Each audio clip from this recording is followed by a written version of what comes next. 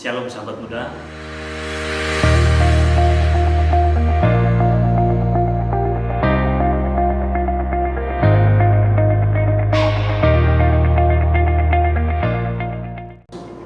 Pada saat ini kita akan merenungkan bagian firman Tuhan dari kitab Ayub pasal 34 ayat 21-22.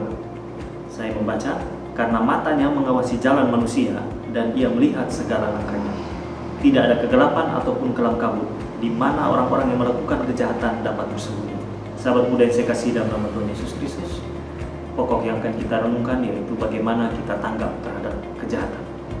Apakah bisa kita menanggapi kejahatan dengan kejahatan? Tentu bisa, karena kita punya kemampuan yang sama dengan si jahat, yaitu saling berbalasan. Tetapi firman Tuhan menekankan di dalam Roma pasal 12 ayat 17 bahwa saya dan sahabat muda kita harus belajar untuk mengalahkan kejahatan dengan kebaikan. Jika demikian, apa yang harus kita lakukan di dalam mengalahkan kejahatan tersebut? Langkah pertama yaitu saya dan sahabat muda diharapkan oleh Tuhan untuk senantiasa melihat kepada firman Tuhan. Firman Tuhan yang bagaimana? Yohanes pasal 10 ayat 10, pencuri datang hanya untuk membunuh dan membinasakan, tetapi Tuhan datang untuk memberikan hidup. Jadi pokok yang pertama, bagian yang kita lihat di dalam bagaimana kita tangkap terhadap kejahatan, yaitu bahwa saya dan sahabat muda harus fokus kepada janji Tuhan. Janji Tuhan apa? Yaitu Tuhan datang memberikan kehidupan kekal kepada kita. Kita tidak hanya berpikir hari ini, tapi kita berpikir masa depan kita.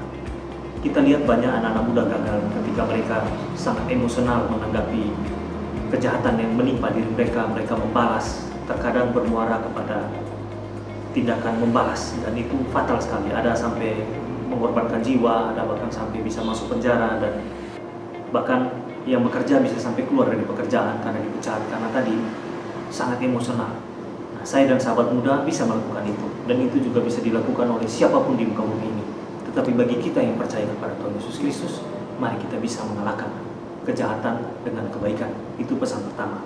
Pesan kedua, melalui firman Tuhan ini, bahwa tidak ada kegelapan ataupun kelam kabut di mana orang-orang yang melakukan kejahatan dapat bersembunyi.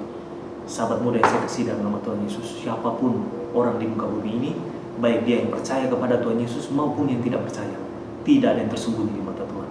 Tuhan memandang kita dengan adil. Tuhan melihat dengan terbuka. Karena itu, percayalah, orang yang melakukan kejahatan pasti mendapat upahnya. Bahkan orang juga yang tidak melakukan apapun mendapat upahnya. Karena itu marilah kita melakukan yang terbaik untuk Tuhan, sebagaimana pesan firman Tuhan, untuk tidak membalas kejahatan dengan kejahatan, tapi dengan kebaikan. Bagaimana jika kita yang salah? 1 Yohanes 1 ayat 9 berkata, mari kita mengaku dosa kita, karena Ia adalah setia dan adil, sehingga Ia akan mengampuni segala dosa kita.